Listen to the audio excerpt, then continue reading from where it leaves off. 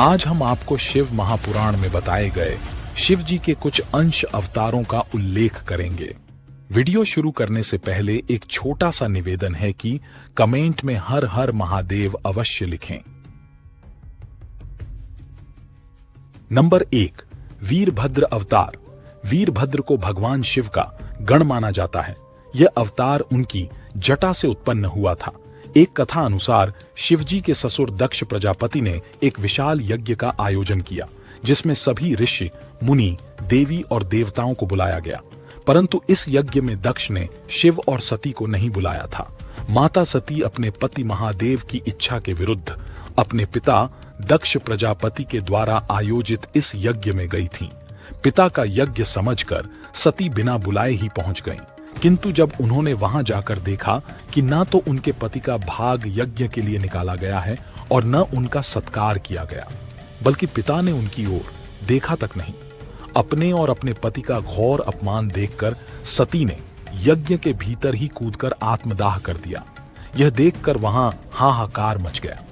भगवान शंकर को जब यह समाचार मिला तो वे क्रोधित हो गए।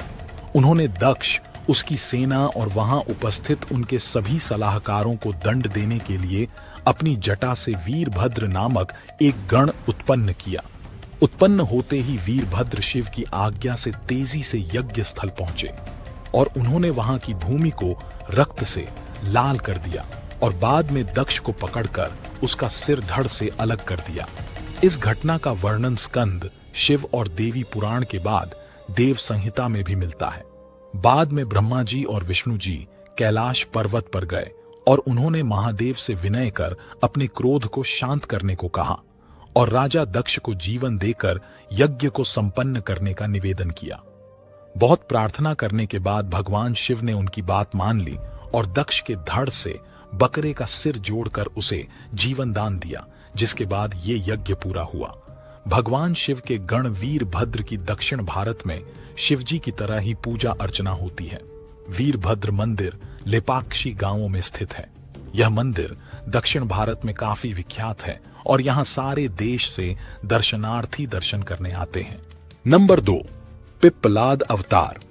एक प्राचीन कथा अनुसार जब वृत्तासुर का आतंक तीनों लोकों पर बढ़ता जा रहा था, तब वृत्तासुर का वध करने के लिए महर्षि दधीचि की हड्डियों से इंद्र ने अपना वज्र बनाकर वृत्तासुर का वध किया था, क्योंकि दधीचि की हड्डियां शिव के तेज से युक्त और शक्तिशाली थीं।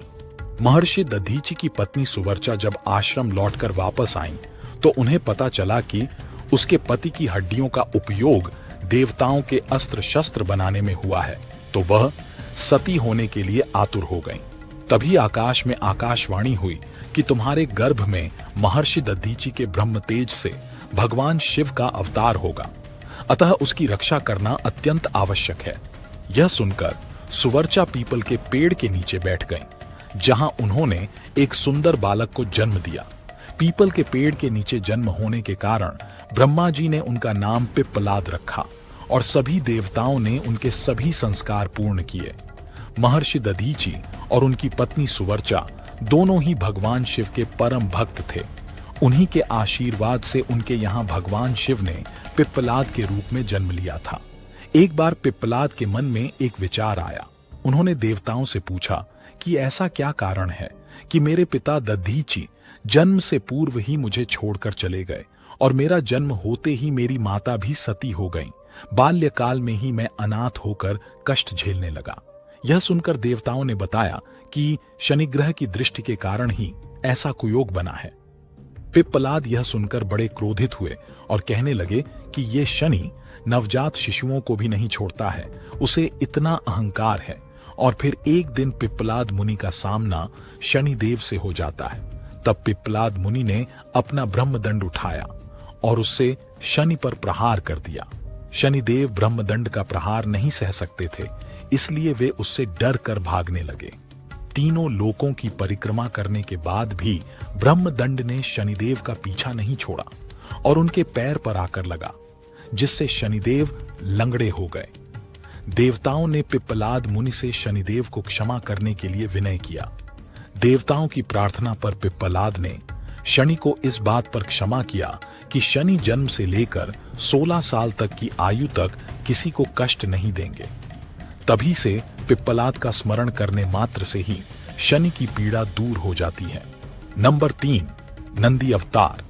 शिव पुराण की कथा के अनुसार शिलाद मुनि के ब्रह्मचारी हो जाने के कारण वंश समाप्त होता देख उनके पितरों ने चिंता व्यक्त की। शिलाद मुनि योग और तप आदि में व्यस्त रहने के कारण गृहस्थ आश्रम नहीं अपनाना चाहते थे। शिलाद मुनि ने संतान की कामना से इंद्रदेव को तप से प्रसन्न कर ऐसा पुत्र का वरदान मांगा जो जन्म और मृत्यु के बंधन से मुक्त हो। इंद्रदेव ने इसमें अपनी असमर्थता जाहिर करते हुए भगवान शिव को प्रसन्न करने के लिए कहा। भगवान शंकर शिलाद मुनि की कठोर तपस्या से प्रसन्न हुए और स्वयं शिलाद के पुत्र के रूप में प्रकट होने का वरदान दिया। वे नंदी के रूप में प्रकट हुए। शंकर के वरदान से नंदी मृत्यु, भय आदि से मुक्त हुए। भगवान शंकर ने माता पार्वती की सम्मति से संपूर्ण गणों और वेदों के समक्ष गणों के अधिपति के रूप में नंदी का अभिषेक करवाया। इस तरह नंदी नंदीश्वर में बदल गए। कुछ समय पश्चात नंदी और मरुतों की पुत्री सुयशा का विवाह हुआ। भगवान शंकर ने नंदी को वरदान दिया कि जहां भी नंदी का निवास होगा उसी स्थान पर शिव भी निवास करेंगे। यही कारण है कि हर शिव मंदिर में नंदी की स्थापना की जाती है। नंदी के नेत्र सदैव अपने इष्ट का स्मरण करते हैं। माना जाता है कि नंदी के नेत्रों से ही शिव की छवि मन में बसती है। नंदी के नेत्रों का अर्थ है कि यदि भक्ति के साथ मनुष्य में क्रोध, अहम आदि दुर्गुणों को पराजित करने का सामर्थ्य ना हो तो भक्ति का लक्ष्य कभी प्राप्त नहीं होता है। नंदी पवित्रता, विवेक, बुद्धि और ज्ञान के प्रतीक माने जाते हैं। उनके जीवन का हर क्षण भगवान शिव को समर्पित है। नंबर 4, भैरव अवतार। शिव महापुराण के अनुसार एक बार भगवान विष्णु ने ब्रह्मा जी से पूछा कि इस सृष्टि का सर्वश्रेष्ठ रचनाकार कौन है। इसके जवाब में ब्रह्मा जी ने खुद का नाम ले लिया। इस दौरान ब्रह्मा जी की वाणी अहंकार युक्त थी, जिससे विष्णु जी क्रोधित हो गए। तब वे दोनों अपने प्रश्न का उत्तर जानने के लिए चारों वेदों के पास गए। सभी वेदों ने उनको बताया कि भगवान शिव ही सृष्टि के सर्वश्रेष्ठ रचनाकार हैं। चारों वेदों के उत्तर सुनकर ब्रह्मा और विष्णु जी जोर जोर से हंसने लगे। इस दौरान ब्रह्मा जी का अहंकार और बढ़ गया। तभी वहां भगवान शिव दिव्य ज्योति स्वरूप में प्रकट हुए। भगवान शिव को देखकर ब्रह्मा जी अत्यंत क्रोधित हो उठे। उनका 5वां सिर क्रोध से तप रहा था। तब भगवान शिव काल स्वरूप में प्रकट हुए, जो काल भैरव के नाम से प्रसिद्ध हुए। काल भैरव ने ब्रह्मा जी के 5वें सिर को धड़ से अलग कर दिया। ब्रह्म हत्या से मुक्ति के लिए भगवान शिव ने भैरव को सभी तीर्थों के दर्शन करने को कहा। तब काल भैरव ने अपने एक हाथ में ब्रह्मा जी का कटा हुआ सिर लेकर बारी बारी से सभी तीर्थ स्थलों के दर्शन किए और सभी नदियों में स्नान किया। फिर भी उनको ब्रह्म हत्या के पाप से मुक्ति नहीं मिली। अंत में वे काशी पहुंचे। वहां जाते ही उनको ब्रह्म हत्या के पाप से मुक्ति मिल गई। उनके हाथ से ब्रह्मा जी का 5वां सिर जमीन पर गिर पड़ा। उस जगह को कपाल मोचन तीर्थ कहा जाता है।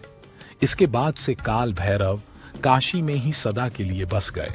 ऐसी मान्यता है कि तब से काल भैरव काशी में ही स्थायी रूप से निवास करते हैं। नंबर 5, अश्वत्थामा।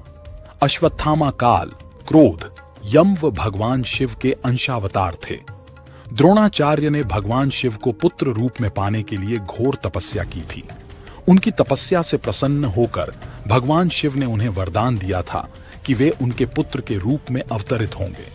समय आने पर द्रोण के यहाँ बलशाली पुत्र ने अश्वत्थामा के रूप में अवतार लिया। महाभारत में गुरु द्रोणाचार्य के पुत्र अश्वत्थामा ही एकमात्र ऐसे योद्धा थे जो युद्ध को कौरवों के पक्ष में करने की क्षमता रखते थे, लेकिन उन्हें युद्ध के अंत में सेनापति बनाया गया था। युद्ध के 18वें दिन दुर्योधन ने रात्रि में उल्लू और कौवे की सलाह पर अश्वत्थामा को सेनापति बनाया था। उस एक रात्रि में ही अश्वत्थामा ने पांडवों की बची लाखों सेनाओं, पुत्रों और गर्भ में पल रहे पांडवों के पुत्रों तक को मौत के घाट उतार दिया था। अश्वत्थामा के इस नरसंहार के बाद पांडवों में विरक्ति का भाव आ गया था। वे जीतकर भी हार गए थे। उनका सब कुछ नष्ट हो गया था। यही कारण था कि श्री कृष्ण ने अश्वत्थामा को युगों युगों तक भटकने का शाप दे दिया था। ऐसी मान्यता है कि अश्वत्थामा अमर हैं तथा वह आज भी धरती पर ही निवास करते हैं।